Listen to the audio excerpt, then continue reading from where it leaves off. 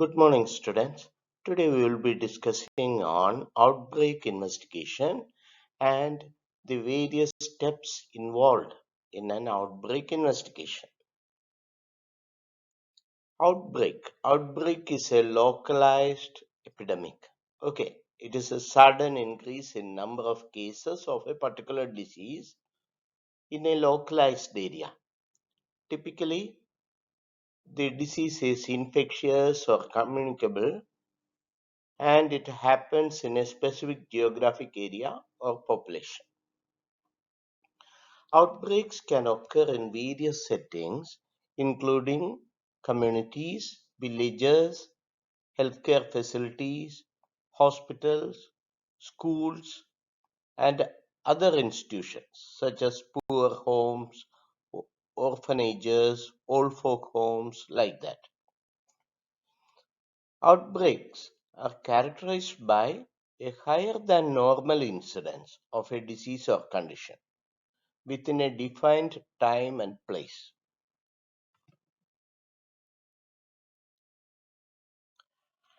Public health officials and epidemiologists closely monitor and investigate outbreaks so that they can identify the source of disease, mode of transmission, portal of entry, and who are affected, what are the various contributing factors, everything. Then they implement control measures and they prevent further spread. That is happening in each outbreak. The goal of an outbreak investigation is to contain the outbreak and protect the health and well-being of the population affected. Now we can go through the objectives of an epidemic investigation. Outbreak investigation is otherwise known as epidemic investigation. Okay, what are the objectives? To define the magnitude of the epidemic or outbreak or involvement in terms of time, place, and person. All of us know the descriptive epidemiology deals with the distribution of disease in terms of time, place, and person, right? Like that, define the magnitude of the outbreak in terms of time, place, and person. Who is affected, where it occurred, when it occurred. Okay. Then second objective is to determine the particular condition and factors responsible for the occurrence of the epidemic. Now, in the second objective, now um, we have to look for the determinants. Determinants comes under factors responsible for the occurrence of the epidemic. Then third objective is to identify the cause, source of infection, from where the infection started, which food or which risk factor led to the infection or outbreak, mode of transmissions, to determine measures necessary to control the epidemic. If you know the source of infection, you can stop it. Mode of transmission, if you are knowing, you can prevent it further. Then fourth objective is to make recommendations to prevent recurrence of outbreak. Okay, now we can go through the steps in an investigation of an outbreak or epidemic. First is the verification of diagnosis. Okay, sometimes you may hear that there is an outbreak, there is an epidemic, but the report may be spurious or erroneous, and the report may have been erased from misinterpretation of signs and symptoms by lay public. Lay public may be scared by seeing the signs and symptoms and they misinterpret as an outbreak or as a disease. So verification of diagnosis on the spot as quickly as possible is necessary.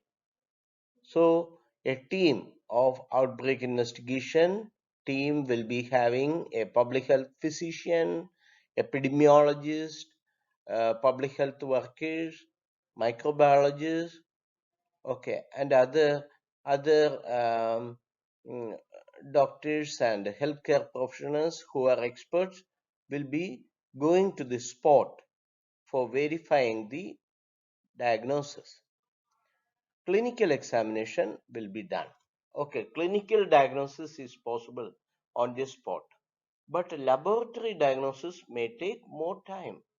But we should not wait for laboratory diagnosis confirmation. After the clinical diagnosis, the steps of outbreak investigation starts while waiting for the laboratory investigation. Laboratory investigations are most useful to confirm the diagnosis, but the epidemiological investigation should not be delayed until the laboratory results are available. Okay, please keep in mind. Second step in an outbreak investigation is confirmation of the existence of an epidemic. Okay, how we can confirm that there is an epidemic? We need to compare the disease frequencies with the previous month or previous years or during the same period of previous years. Okay, epidemic or outbreak exists when the number of cases, that is observed frequency, is in excess of the expected frequency. Okay, for that population based on past experience. Okay, last year, January, only 10 cases were there. Okay, every month average is 8 to 10 cases. Suddenly 100 cases appear. That means it is clearly in excess of expected frequency, right? So that way we have to confirm the existence of an epidemic. Then there may be a confusion everywhere. Above which level can be considered as epidemic or outbreak? So the public health professionals have kept an arbitrary limit of two standard errors. If the occurrence of disease exceeds two standard error, okay, above the expected frequency, it is considered as outbreak or epidemic. Standard errors from the endemic occurrence is used to define the epidemic threshold for common diseases such as influenza. But for some rare diseases like Ebola or cholera or some Nipah virus and all, even a single case can be considered as an epidemic. Some diseases with a high mortality rate can be considered as an alarm, and it could be declared as epidemic even one or two cases occur. Okay, next step of outbreak investigation is to define the population at risk. How we can define the population at risk? First step is obtain a map of the area. So have a detailed and current map of the area. It should have information regarding natural landmarks, roads and location, and dwelling units, all houses along each road or in isolated areas. Okay, maps are available in all geographic localities. If maps are not available, the epidemiologists and other team members need to prepare a map that is known as spot map. Okay, in the spot map, you have to note the cases and affected people, deaths. Okay, all should be marked in the spot map. Second one, counting the population. Denominator may be related to the entire population or the affected population, subgroups of population, or the number of population at risk.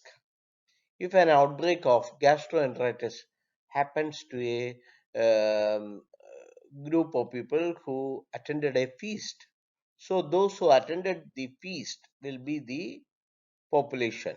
at risk.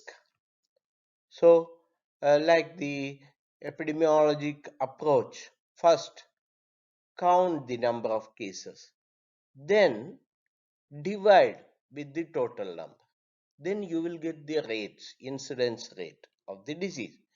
Without an appropriate denominator of population at risk, attack rates cannot be calculated.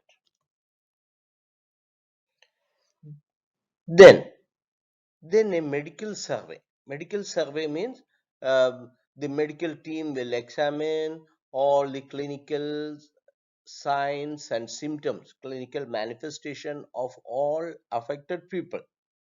Why they are doing it? To identify all cases, including those who have not sought medical care and those who are possibly exposed to risk. Okay, so identify all affected individuals, not only with the clinical symptoms, but from the um, affected group or exposed group, all people will be surveyed. Samples will be collected from them. If gastroenteritis means stool samples will be collected, or vomitus samples will be collected, or affected food will be collected. Okay. Ideally, the complete survey, screening each member of the population for the presence of disease in question, will pick up all affected individuals with the symptoms or signs of the disorder. So, a complete survey will be the best option to identify all affected people and all people at risk. Then we have to prepare an epidemiological case sheet. What is epidemiological case sheet? It is a survey form. Epidemiologists should be armed with an epidemiological case sheet for collecting data from cases and persons who are exposed to the risk but not affected. Epidemiological case sheet is otherwise known as case interview form, should be carefully designed based on the findings of rapid preliminary inquiry to collect all the relevant information. Okay, if the outbreak is related to foodborne disease, gastroenteritis outbreak, food poisoning outbreak, in that case, detailed food histories are needed, from where they have taken food, and relate it with the time of occurrence of signs and symptoms. Then, searching for more cases, the patient may be asked if he knew other cases in the home, family, neighborhood, school, workplace, okay, any other person who were having the symptoms, who were having an onset of symptom within the incubation period of index case. Index case is the first case which came to the notice of healthcare institution. If healthcare surveillance is very good, then index case will be the primary case. Primary case is the first case actually occurred. Index case is the first case which came to the observation of healthcare professional. Cases admitted to the local hospitals should also be taken into consideration. Okay, not only those reported from the location, you have to collect information from local hospitals also. This may reveal not only additional cases but also person to person spread. The search for new cases or secondary cases should be carried out every day till the area is declared free of epidemic. Okay, the period needed for survey is taken as twice the incubation period of the disease since the occurrence of last case. Now, we need to analyze the data. We collected the data from affected people, from the locality, from the people at risk, and extra cases also we inquired. Then we need to analyze the data. Analyze in terms of time. Okay, prepare a chronological distribution of dates of onset and construct an epidemic curve. Epidemic curve is a graph in which x-axis represents the time and the y-axis represents the number of cases. Okay, when you are preparing an epidemic curve, you can look for clustering of cases. Which day we are having most number of cases? Okay, is there any increase of cases after one incubation period, or all cases occurred in one incubation period only? That we can see by looking at the epidemic curve. We can see that it is open source epidemic, common source epidemic, or propagated epidemic by looking at the epidemic curve. An epidemic curve may suggest a time relationship with exposure to a suspected source, whether it is a common source or propagated epidemic, and whether it is a seasonal or cyclic pattern suggestive of a particular infection. These three information we can get by looking at the epidemic curve. Next is data analysis in terms of place distribution. Prepare a spot map, geographic distribution of cases, and if possible, their relation to possible sources of infection, such as water supply, water source, air pollution, food eaten, the sources of food, occupation. Everything can be linked in a spot map. Clustering of cases may indicate a common source of infection.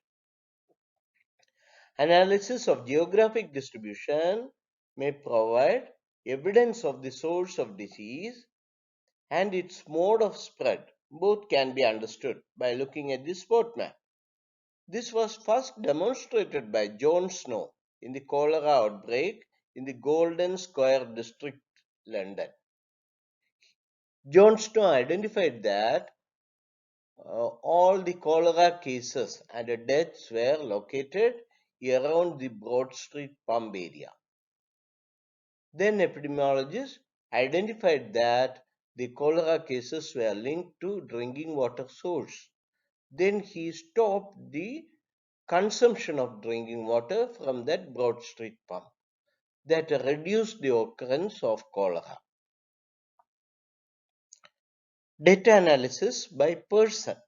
Analyze the data by age, gender, occupation, and other possible risk factors.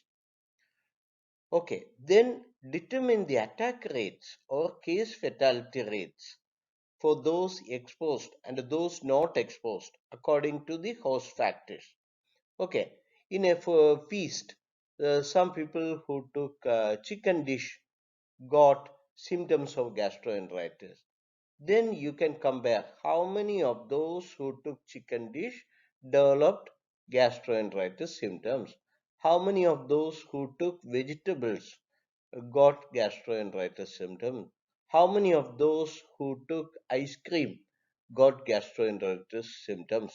Like that, we can calculate attack rates for different specific dishes. Okay, then we can compare which dish may be the culprit. For example, in most of the foodborne diseases, food-specific attack rates must be calculated for each food item which are eaten to determine the source of infection. Okay, next is formulation of hypothesis. Formulate hypothesis to explain the epidemic in terms of possible source. What may be the source of infection? Causative agent. What may be the causative agent? Is it due to salmonella or due to E. coli or some other agent? Possible mode of spread. Is it foodborne, waterborne, or airborne? Then the environmental factors which enabled it to occur. Okay, was the water supply affected? Was there any contamination of water supply, contamination of milk, contamination of other food ingredient used, like that? Okay, hypothesis is a statement. It is a unconfirmed statement. So our aim is to prove or disprove the hypothesis. Possible source. If chicken dish is the possible source, the hypothesis will be like that. Uh, the gastroenteritis was caused due to consumption of chicken dish. That is a hypothesis. At the end of the outbreak investigation, we are proving or disproving it. Causative agent. Oh, salmonella is the cause for food outbreak infection. So we are proving it if it is salmonella or some other organism. Understood? The hypothesis should be placed in order of relative likelihood. Next is testing of hypothesis. All reasonable hypotheses need to be considered and weighted by comparing the attack rates in various groups for those exposed and groups those not exposed to each suspected factor. Okay, so attack rates of exposed group and not exposed group are calculated. Then relative risk can be calculated. By looking at the relative risk, we can find out which group were having higher risk of getting infection. Evaluation of ecological factors. Okay, an investigation of the circumstances involved should be carried out. So ecological factors which have made the epidemic possible should be investigated, such as sanitary status of eating establishments, water supply, milk supply, breakdown in the water supply system. Okay, when water supply system is breakdown, people will look for alternate sources of drinking water, like pond water, river water, or some other sources.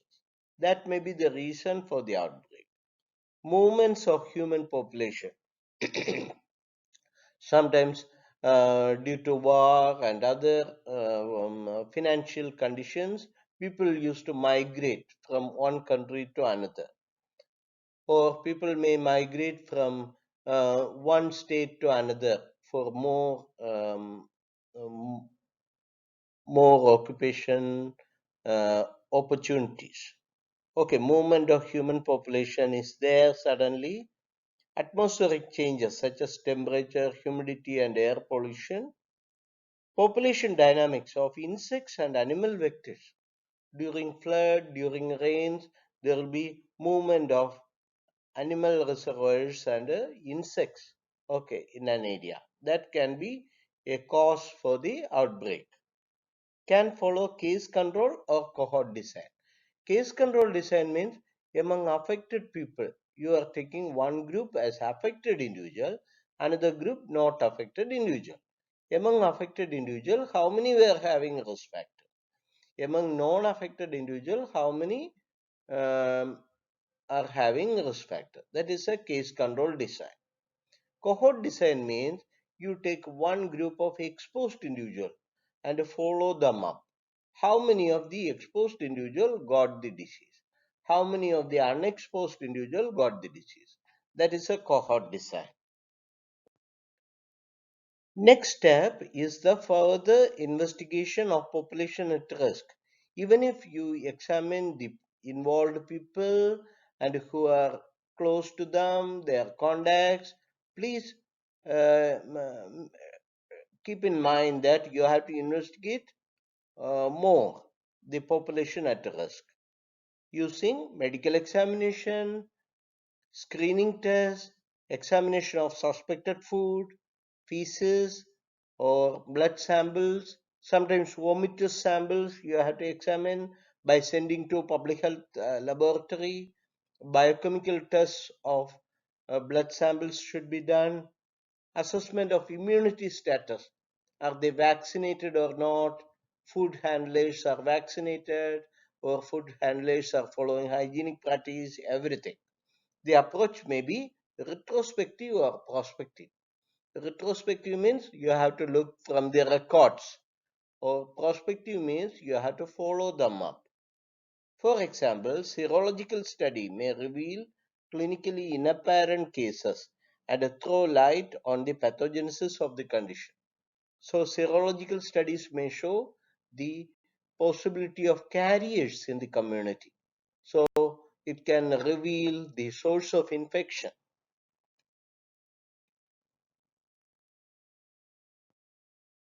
Next step is the writing the report. Okay. Okay, a report should have um, some structure of the report that should include some information. Okay, the report should have background. You have to mention the background of the geographic location, climatic condition, demographic status of the population, like age and sex distribution, population pyramid of that affected population, socioeconomic status and socioeconomic situation of the population, organization of health services, how they get health services and health care, surveillance and early warning system. Is there any surveillance system there? Is there any early warning system to identify the cases early? Normal disease prevalence. What is a normal disease prevalence in that locality? All these information we have to check. Then second part of the report is the historical data. Okay, historical data you have to write. Previous occurrence of epidemic of the same disease locally or elsewhere. Okay, previous occurrence of epidemic. Occurrence of related diseases in the same area or in other areas. Okay, discovery of the first case of present outbreak, how the first case was identified. Then you have to mention about the methodology of investigation. Okay, what is the methodology? How you define the case definition you have to mention, how the questionnaire was prepared. Sometimes it was prepared by the epidemiologist there itself, or questionnaire was downloaded from some other sources. You have to mention it. Survey teams. You have to mention about the survey teams.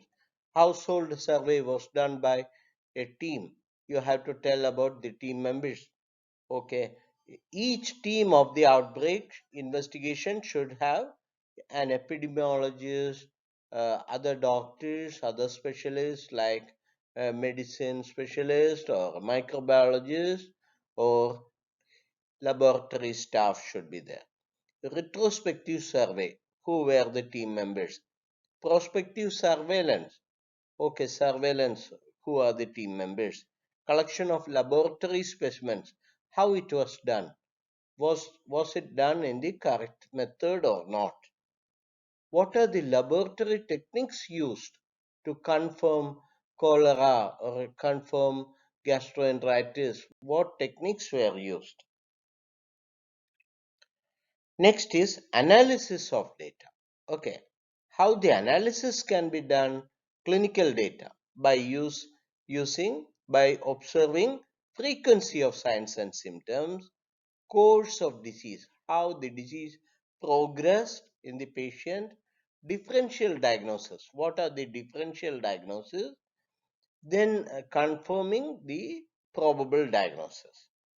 Death or sequel rates, how many deaths occurred, what is the case fatality rate, what are the uh, complication rates occurred. Okay, then you have to analyze the epidemiologic data. What is the mode of occurrence of the disease? Okay, mode of occurrence in terms of time, place, and population group. Which time it happened, which area, geographic area it happened, which population groups. Okay, that you have to mention.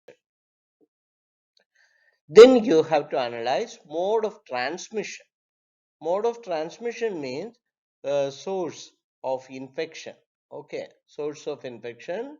Which food is a source of infection, or where it was it water related or food related or some other factor related. The routes of excretion, that is a portal of exit and a portal of entry. How the bacteria or virus came out of the source of infection and how it entered the susceptible host. Factors influencing transmission. What were the factors influencing transmission? Laboratory data. You have to analyze the laboratory data. Isolation of agents. What were the agents? Serological confirmation data. Significance of result. You have to mention, okay, the bacteriological confirmation among cases and controls. Then you have to mention the significance of the results. Next step is interpretation of data. How the data is interpreted also should be mentioned in the report. Comprehensive picture of the outbreak, hypothesis as to cause or causes, formulation and testing of hypothesis by statistical analysis. So you have to mention what is attack rate in different groups, then compare the attack rate and confirm which is the most probable source of infection. Then you have to mention the control measures. What are the control measures you have done? Definition of strategies and methodology of implementation of control measures. Then you have to mention the constraints occurred when you did the control measure. What are the constraints occurred and what are the results of control measures?